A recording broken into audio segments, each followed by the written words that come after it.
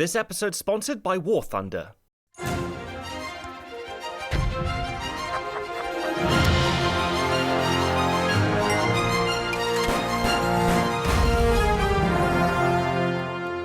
Hello and welcome, history buffs. My name is Nick Hodges, and today we're headed to the Far East to visit the world of Shogun. Based on the historical fiction novel by James Clavell, Shogun was first adapted into a miniseries in 1980. And now 44 years later, in 2024, we've been treated to its latest remake. Set in the year 1600, English sailor John Blackthorne finds himself shipwrecked in feudal Japan on the brink of civil war. Taken prisoner by the powerful samurai ruling class, Blackthorne survives by carefully navigating through their alien customs. By bridging the cultural divide, Blackthorne gradually earns their respect and rises through the ranks of Japanese society. But he has arrived in a dangerous time and soon becomes embroiled in a series of political intrigues. His fate, and that of Japan's, rests in the hands of a samurai lord, Toranaga, as he battles for the position of Shogun.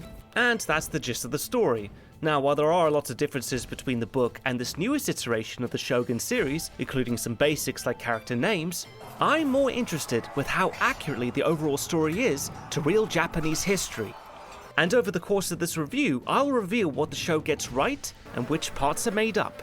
I'll take you step by step through some of its most memorable moments and crucial scenes, giving you a good sense of what life was like during the Sengoku period.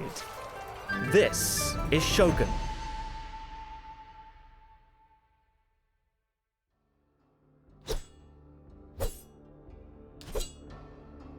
The year 1600, off the coast of feudal Japan. At dawn, a fisherman makes his way to the beach, tasked with harvesting the clams and mussels nestled among the rocks. As he begins his morning prayers, a low groan suddenly carries on the sea breeze, followed by a rhythmic creak that grows steadily louder.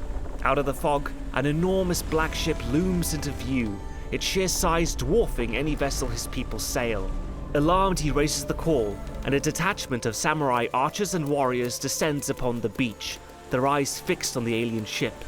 They observe its storm-ripped sails and broken masts, but see no signs of life. With hooks and ropes, they climb aboard and begin their search. Below deck, they discover the missing crew, bedridden with scurvy, on the brink of death, and looking nothing alike to them.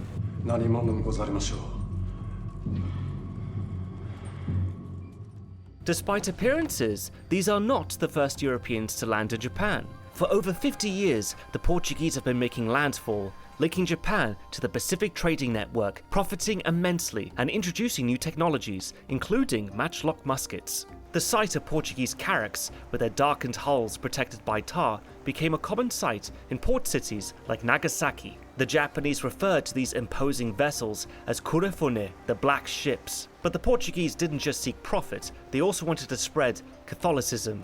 A few years after the Portuguese first arrived, a Jesuit named Francis Xavier came to Japan as a missionary and started converting as many people as possible. And it didn't take long for Catholicism to spread throughout Japan, starting with a small Christian settlement on Kyushu. So by the time we get to the events in the show, Catholicism has been in Japan for half a century. And we see evidence of this from peasants and fishermen wearing crosses up through to the Christian daimyos like Lord Kiyama. For decades, Portuguese black ships brought Chinese goods to Japan, and in return for this influx of wealth, Japan was receptive to their new religion. And things carried on in this way until the arrival of an English navigator aboard a Dutch ship, John Blackthorne.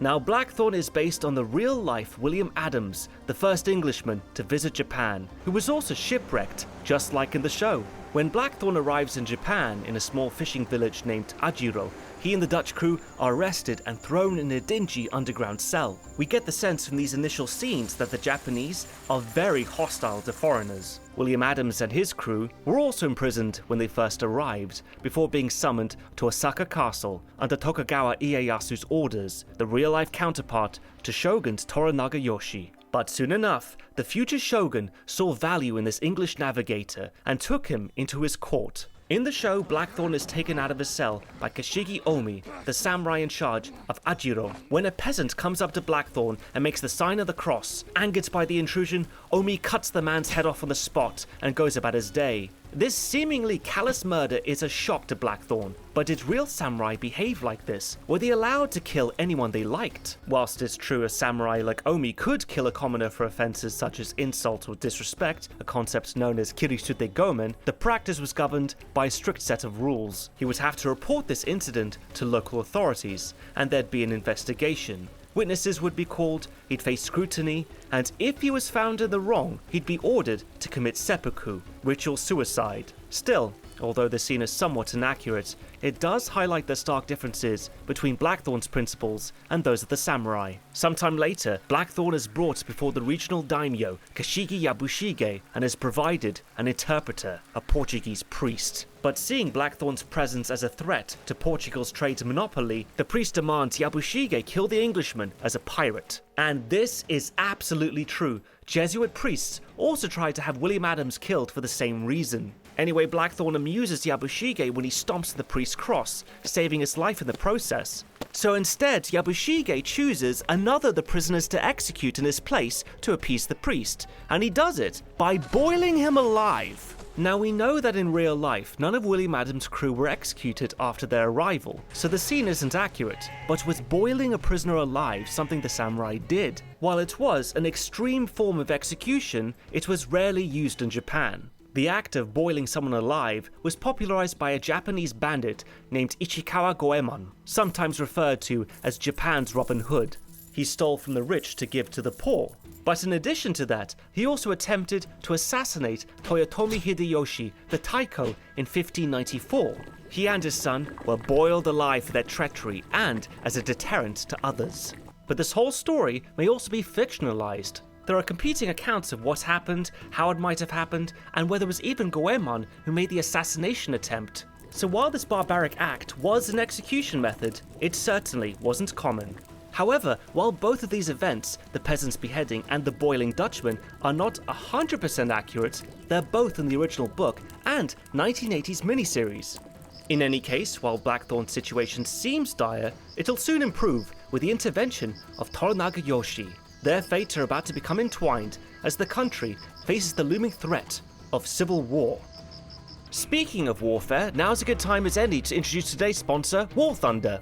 As the ultimate vehicular combat game, War Thunder is free to play on PC, PlayStation, Xbox, and mobile, offering players access to over 2,500 tanks, planes, helicopters, and ships from different eras of military history, spanning from the 1920s to today's modern war machines. One of the standout features is a sophisticated damage model. Vehicles aren't just hitboxes, they're modeled down to their individual components, like engines, fuel tanks, and weapons, all of which can be damaged and destroyed. Plus, the X-ray view lets you see exactly how and where damage happens, breaking down every encounter in a way that's both useful and gripping. War Thunder also recently launched a mobile version, allowing to jump into dynamic battles on the go, complete with intuitive controls and impressive visuals. If this sounds like something you'd enjoy, you can download War Thunder for free today, using the links in the pinned comment or video description. As a bonus, new players and those returning after 6 months on PC and consoles can claim a special pack. This includes premium vehicles, the exclusive vehicle decorator Eagle of Valor, 100,000 Civil Lions, and 7 days of premium accounts time. However, this offer is only available for a limited time, so be sure to check it out while you can. So whether you're into military history or just enjoy competitive gameplay, War Thunder is a must-try. Just click the link below and jump right into the action.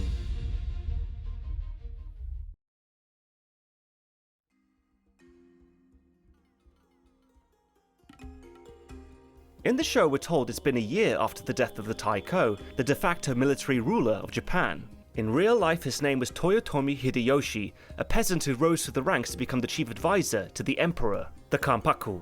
When he left that position, he became the Taiko. Now, while there have been many Taiko throughout history, Toyotomi Hideyoshi is among the most recognizable because he's one of Japan's 3 great unifiers. Men who helped stabilize Japan after 200 years of warring states, a time known as the Sengoku period. The others were Oda Nobunaga, who did most of the work before him, and Tokugawa Ieyasu after. The series begins with the aftermath of the Taiko's death. But since the story itself comes from a work of historical fiction, the characters are only loosely based on their historical counterparts. Oda Nobunaga, the first of the great unifiers, is Lord Kurada.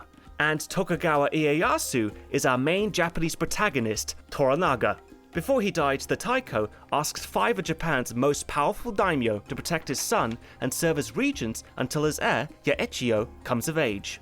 Of the 5 regents we see in the show, Toranaga, Ishido, Kiyama, Ono, and Sugiyama, only Toranaga and Sugiyama's counterparts were regents. And although he plays a main role as the antagonist in the show, the real Lord Ishido was not a regent. He was part of a different council known as the Bugyo, samurai officials that served as commissioners. Ishido's real-life counterpart was Ishida Mitsunari, and despite not being a regent, he did go to war against Tokugawa to try and prevent him from becoming shogun, just like we see in the show. Anyway, Toranaga is brought before the other regents because, predictably, they weren't able to work together cooperatively. As Lord Ishido tells Toranaga in the first episode, Toranaga殿、太閤様がお亡くなりになられて1年。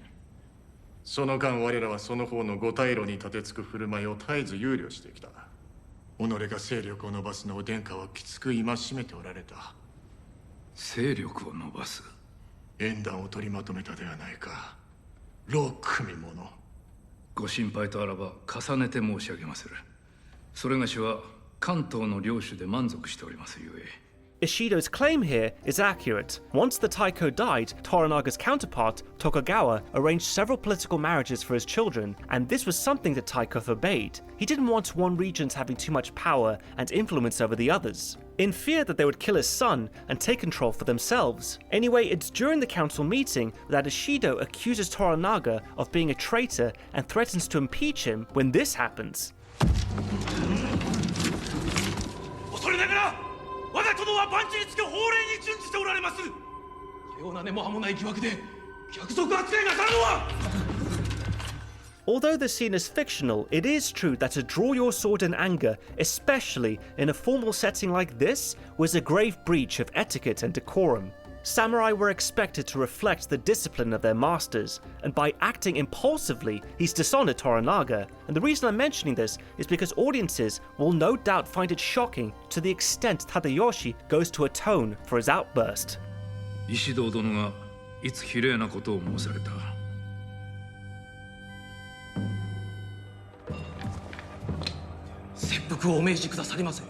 Seppuku was done for many reasons. The most common was to achieve an honorable death in defeat, but it was also done as a mean of protest, a way of expressing grief, or as a service to your lord if he demanded it. Samurai performed seppuku by stabbing themselves in the belly with their shorter sword, typically a wakizashi or a tanto. After the initial insertion, the blade slices open the stomach before being thrust up to ensure fatality. Typically, a second would assist with seppuku, a position known as kaishakunin, by mercifully chopping off the head with their katana once the cut was complete. However, what's most disturbing in this scene is not his offer to commit seppuku, but this.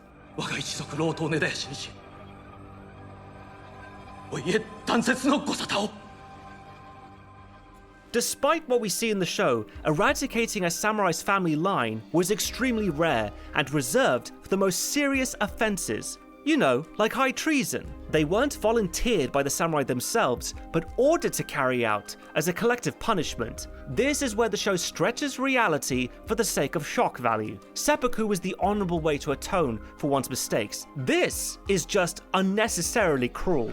Anyway, throughout the show, Toranaga insists, until the end of the final episode, that he has no intention of becoming shogun, which is interesting, because he's the only one he could because of his family line. The Minawara clan in the show, and the Minamoto clan in real life. Hundreds of years prior, the Minamoto line was established as an offshoot from the emperor's royal family. Now, they couldn't become emperors, but they were granted nobility status and edged out the other great families in Japan. Toranaga and his Minawara bloodline mirrors that history. While Toranaga navigates his conflict with the other regents, he learns of Blackthorn and the Dutch ship.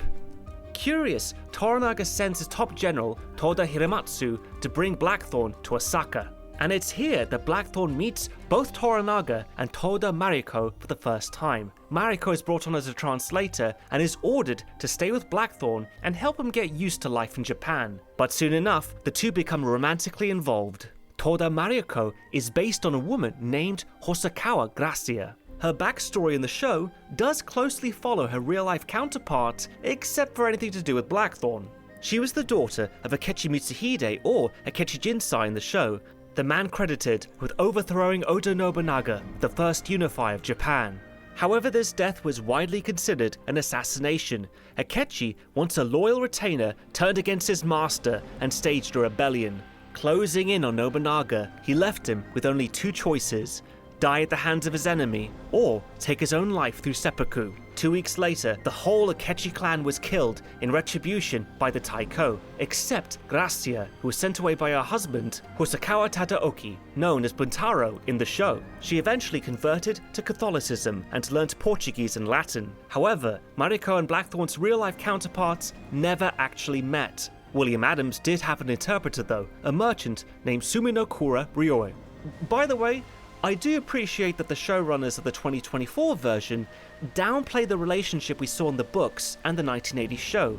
By not having her pine away and profess her love for Blackthorn every other minute, made this show feel more authentic to her morals of honor, duty, and loyalty. In an interview, the show's co-creator, husband and wife team, Justin Marks and Rachel Kondo, said, and I quote, "What James Clavell did in the novel worked for the novel, but, how do I put this? There was a lot of sex in the novel. A lot. Hundreds of pages. I don't think that was within the scope and scale of what we were trying to achieve." And I agree. I think it's much more romantic in 2024 Shogun when their love is unspoken and restrained, in a way that feels very authentically Japanese, especially for this period. Anyway, Blackthorn's arrival causes immediate problems. He is called the Anjin, which means pilot, in reference to his role on the ship, and is seen as a massive threat, not only by the rival Japanese regents, but to the Portuguese. They fear that the English and Dutch will soon follow, and dethrone the Portuguese and Spanish from their position of power and wealth. There's the iconic scene in both the book and the show where Toranaga asks Blackthorn to draw a map of the world, and everything Blackthorn tells him is absolutely true.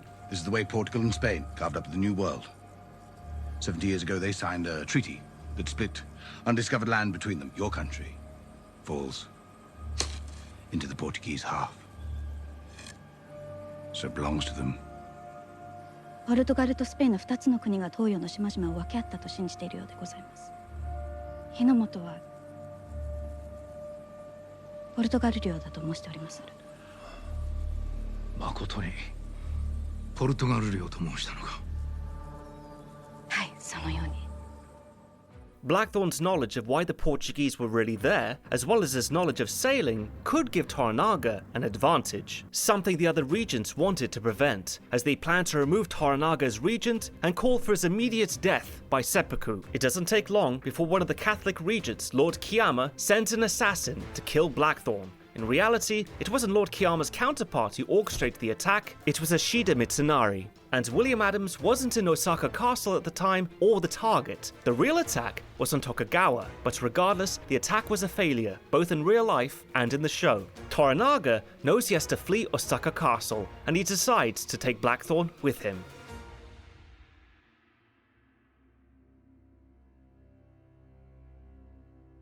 Toranaga knows he needs to get out of Osaka, but he also knows that he'll be captured if he's caught fleeing. This leads to another memorable scene where Toranaga sneaks out of Osaka Castle by dressing up as Lady Kiri and riding out in a palanquin. It's a tense sequence with a lot of trickery and deception, but it's also quite comical. Surely this didn't happen in real life, right? I mean, this certainly reads like historical fiction. Well, actually, it did happen. But it wasn't Tokugawa who dressed like a woman and hid in a palanquin. It was actually Ashida. So here's basically what really happened. Though the show makes it seem like Toranaga was more or less alone among the daimyo and samurai, with a handful of loyal allies like Buntaro and shifty friends like Yabushige, his real-life counterpart had a lot more support. Sure, the other regents were unhappy with his political marriages, but Tokugawa was an immensely popular and well-respected man. When the other regents demanded his resignation, Tokugawa was not at Osaka Castle like he is in the show, he was actually in Fushimi.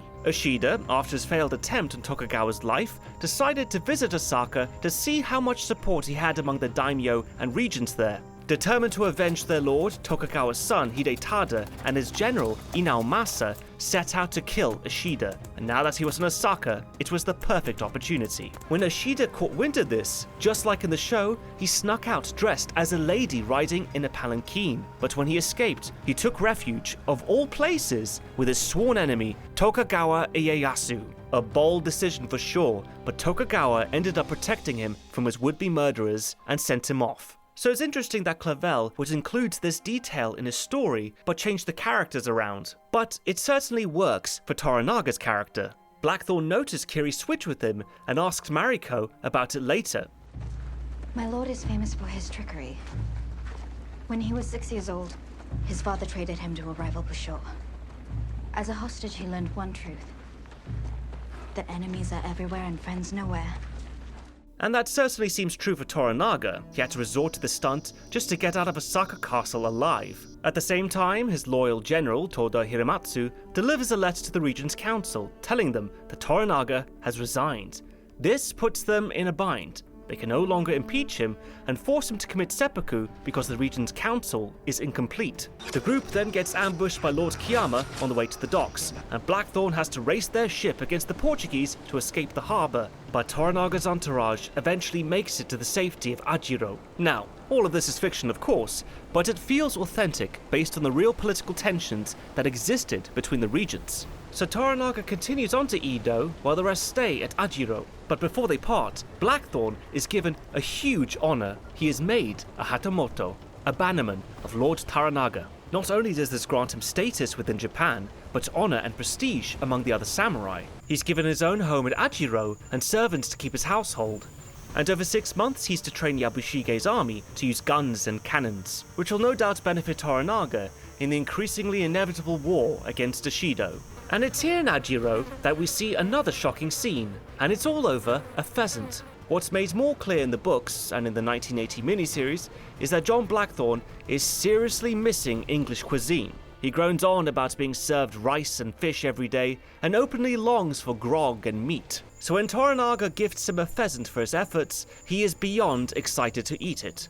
Now, hunting for game with falcons and hawks was a common sport in Japan, especially among the samurai. Tokugawa Ieyasu, like his fictional counterpart Toranaga, was known for his falconry, so it's a nice nod to the real history and a believable element in this story. But most people in Japan at the time didn't eat meat or game, so they weren't clear on how to prepare it. Blackthorn decides to prepare the pheasant himself, and the first thing he does is to hang it up to cure. Now we'll hang it up for a few days to mature, maybe a week, depending on the weather. There we are. 恐れ入りまする。鳥は腐りまするぞ。お分かりでござりまするか。腐る。Yes, yes. There will be a terrible stench. Now, this next part is very important. No one is to touch this bird. Kokoroimashita ka? Kinzuru. Hai. Sawattara shinu.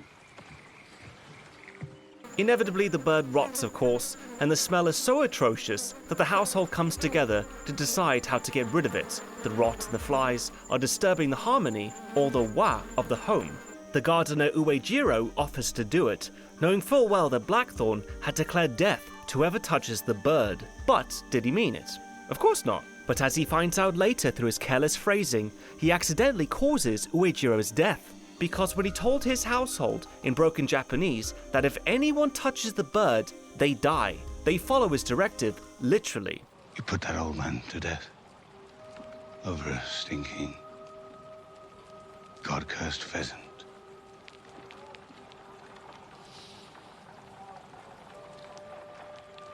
What the hell is wrong with you?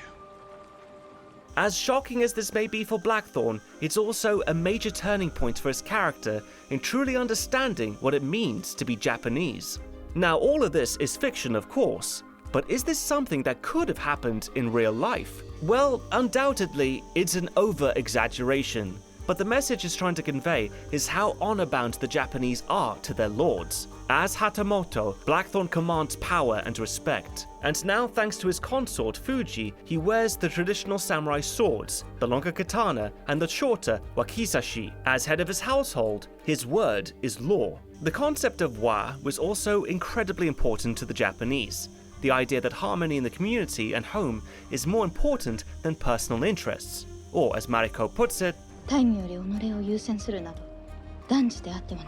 so when the pheasant rots and starts to smell, affecting the wa of Blackthorn's home, and by extension the whole village, everyone decides they need to act. They understand it'll mean death for violating Blackthorn's directive, but it's necessary to restore the peace. By offering to take it down, the gardener is sacrificing himself for the sake of his master and his household, making it an honorable death. So while the whole scene is fictionalized, it helps shed some light on the importance of duty and wa in Japanese feudal society.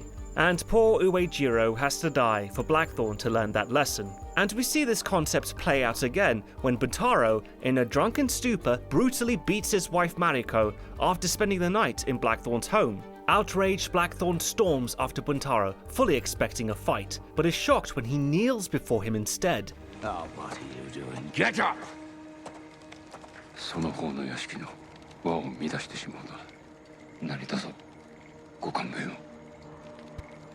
Blackthorn then later gains some more respect from Toranaga when an earthquake almost takes Toranaga's life. Blackthorn manages to rescue him from the crevice and offers up his own swords as replacements for the ones Toranaga lost in the process. However, it's worth noting that in real life, Tokugawa Ieyasu and William Adams only met 3 times before the Battle of Sekigahara, and Adams only became Hatamoto and samurai after Tokugawa became the official shogun. So much of what we see in the show, although loosely based on real-life events, is just fiction. Including the whole earthquake scene, William Adams was never in a situation where he saved Tokugawa's life. In any case, things are heating up for Toranaga. Ishido is making moves in Osaka to consolidate power by shutting down the castle, claiming there's a threat to the heir's life, and that no one can leave until a new regent is brought in. Ishido wants to be able to legally force Toranaga to commit seppuku, but this can only be done with a complete council. Toranaga's early resignation made this an impossibility until a 5th regent was brought in. In reality, Toranaga's historical counterpart, Tokugawa, never resigned as a regent. But while Ishido searches for one, another defies him, Lord Sugiyama. As Sugiyama attempts to flee Osaka Castle, Ishido stops him by slaughtering him and his entire family. Not only does this remove Ishido's opposition, but it also deters the 2 remaining regents from crossing him. Ishido then brings in 2 new regents, one of whom is Lord Saeki, Toranaga's half-brother. Saeki is then sent to Ajiro to deliver the news of the impeachment to Toranaga. As Ishido seizes power, Toranaga is called to Osaka, and to his death.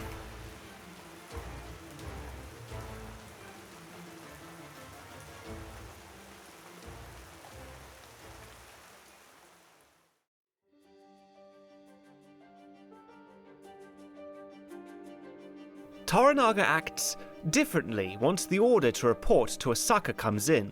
To everyone around him, it seems like he's given up because he surrenders to the regent's council in Osaka. Even Blackthorn is confused by Toranaga's turn. Behold the great warlord, the brilliant master of trickery, who tricked his own loyal vassals into a noiseless smothering. Mina Shinu. And to make matters worse, in the final moments of the 7th episode, his son, Nagakado, dies when foolishly trying to assassinate his uncle Saeki. Before he could strike the final blow, he slips on a rock, falls back, and breaks his neck. This is of course just more fiction, but it does move the plot along and contribute to Toranaga's decline from a powerful, fearless daimyo to a doomed man. He is given a customary 49 days to mourn Nagakado, and then after that, he must submit to the regent's council in Osaka. Now, the 49 days of mourning mentioned in the show connects to Japanese Buddhist death practices. There are many rituals throughout the mourning period to help unburden the deceased soul, so that on the 49th day, or Shijukunichi, the ashes can be interred and the soul set free. And while the show focuses mainly on the economic and political role of Catholicism in Sengoku-era Japan, Shintoism and Buddhism were more commonly practiced. Anyway, Toranaga becomes even more distant. He doesn't attend his son's funeral and stays locked away in his quarters. Things look so bleak for Toranaga that even his most loyal general, Toda Hiramatsu, calls him out. お顔に敗北の色が浮かんでおりまするぞ、殿。殿らしくもない。わしはあまたの犠牲と引き換えの勝利よりも静かな敗北を選ぶ。では見捨てるおつもりか。決して殿を見捨てぬ者たちを。たまらんか。 Toranaga tells Hiramatsu that he wants his vassals to march with him to Osaka in his surrender, but Hiramatsu, in his wisdom, sees through this act, believing it to be part of a bigger plan. Others agree, like Yabushige. あの老人が何を目論んでおるかわしも知らぬが、幸福ではあるまい。 But despite this, Toranaga's public submission prompts Hiramatsu to choose seppuku over surrender. Once Hiramatsu declares it, and Toranaga accepts it, Hiramatsu commits seppuku right there and then. He asks his son Buntaro to bring his sword and to act as his second. And then we have one of the most emotional deaths in the entire show.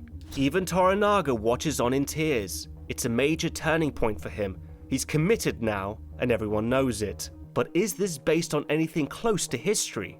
Well, Hiramatsu's real-life counterpart was Hosokawa Fujitaka, and though he did side with Tokugawa during the conflict against Ashida, he never fought as Sekigahara and didn't commit seppuku like we see in the show. Shogun also makes it seem like he had been by Tokugawa's side as a general since Tokugawa's childhood. But in reality, Fujitaka served Oda Nobunaga and then the Taiko. He had more or less retired by the time Tokugawa fully took power. However, you could argue that the gravitas of this seppuku and its emotional impact it has on Toranaga could be inspired by one ordered by the real Tokugawa Ieyasu on his own son. Back when Oda Nobunaga was alive, his old ally accused his son Nobuyasu of plotting against him. To demonstrate his loyalty and eliminate any threat to their alliance, Tokugawa ordered his son to commit seppuku. When it comes to this show, Toranaga orders the sacrifice of his oldest friend, Hiramatsu, to lull his enemies into thinking he's beaten and submissive.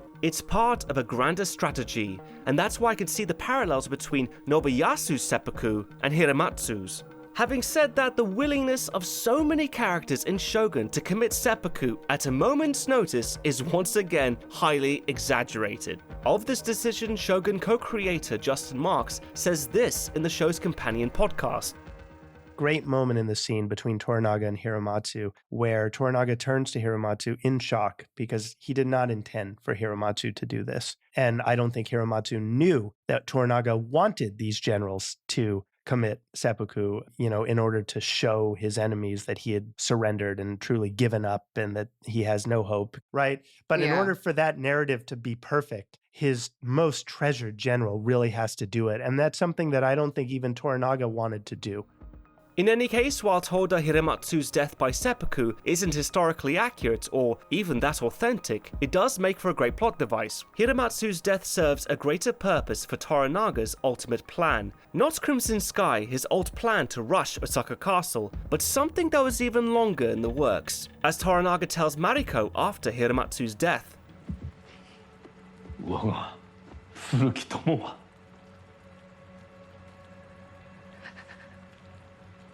己の務めをよう分かっておった。我らの幸福を大坂に信じ込ませることが大事なのじゃ。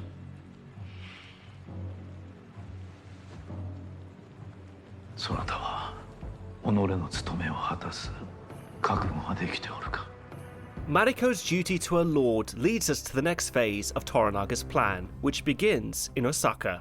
Shortly after Mariko arrives with Blackthorn and Yabushige, she tells Ashido that she is leaving and taking Toranaga's consorts, Lady Kiri and Lady Shizu, with her. But since everyone in Osaka is under lockdown, Ashido forbids this. Mariko then calmly counters that her first duty is to her liege lord, and if Ashido prevents her from carrying out his orders, she'll be compelled to commit seppuku. This action forces Ashido's hand. Either he allows the hostages to leave, which weakens his power over Osaka, or he allows the esteemed told Mariko to commit seppuku, which also weakens him. Mariko has him in a bind, and everyone knows it.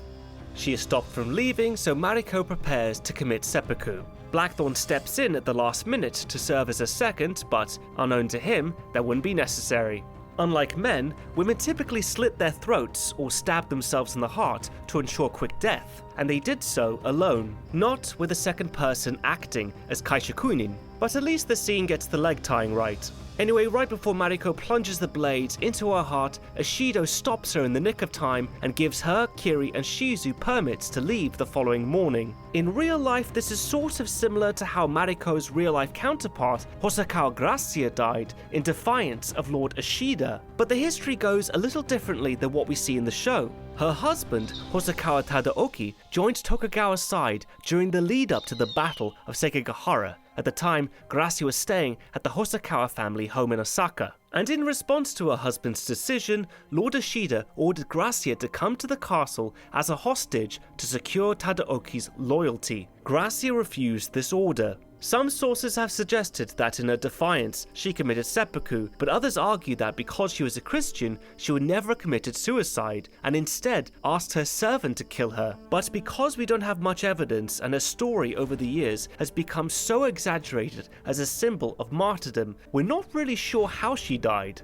But regardless, like we see in the show, her defiance of Ishido's orders allowed other hostages to leave Osaka, undermining his power.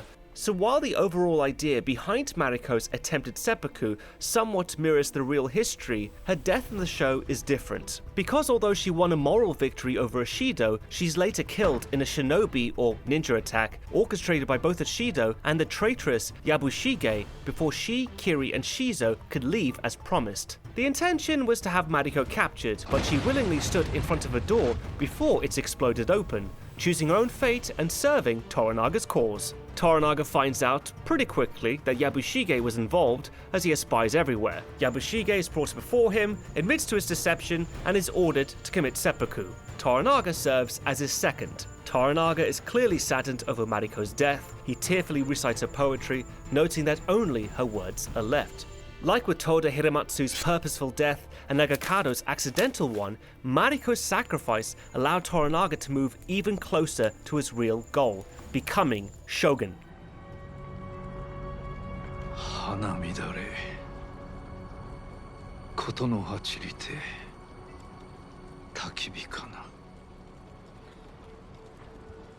あまりに美しゅうて殿がお読みになられたとは思いませぬ。マリコ殿の歌じゃ。後に残るは言葉のみか。じゃがなんと見事な焚き火を残されたことか。And his face right there tells us everything. Despite insisting throughout this series that he didn't want to become Shogun, it was his plan all along. And he masterfully played the long game until he could secure this grandest prize and unify all of Japan for the last time. Everyone in this path was a step to get there, including Blackthorn, who returns from Osaka to find his ship burned and sunk. Blackthorn is on the verge of giving up.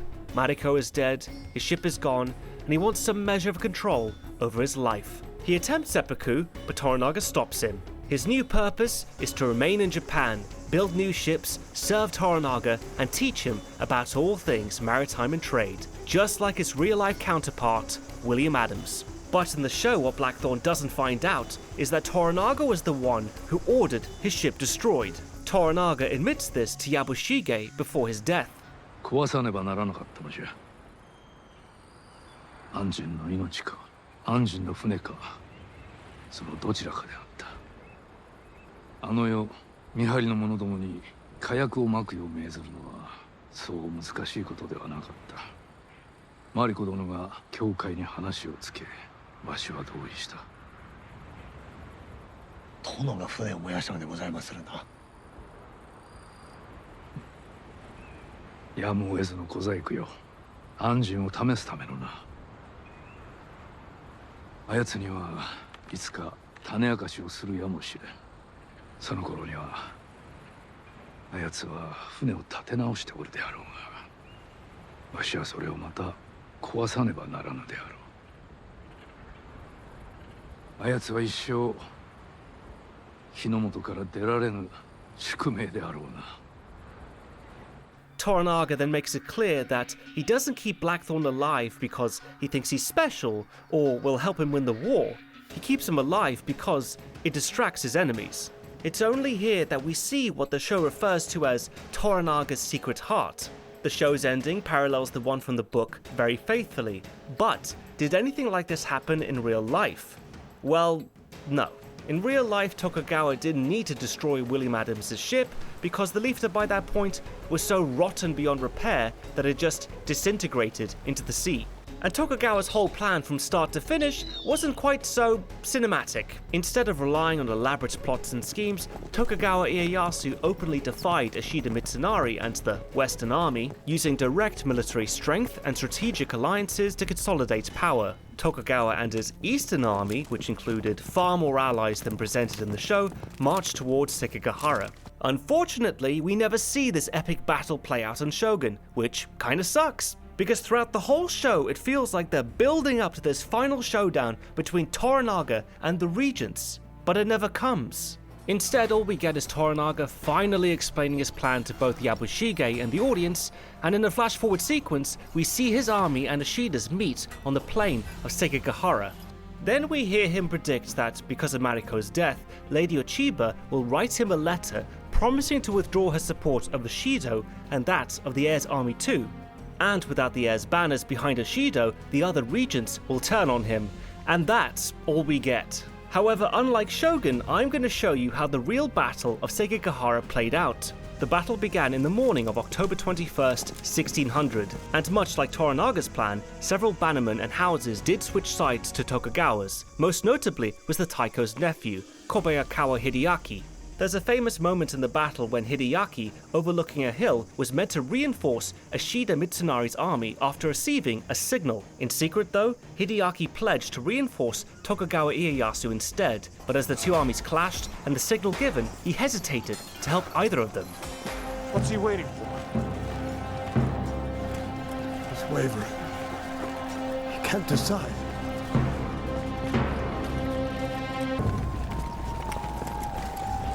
Fire on Hideaki. Halt!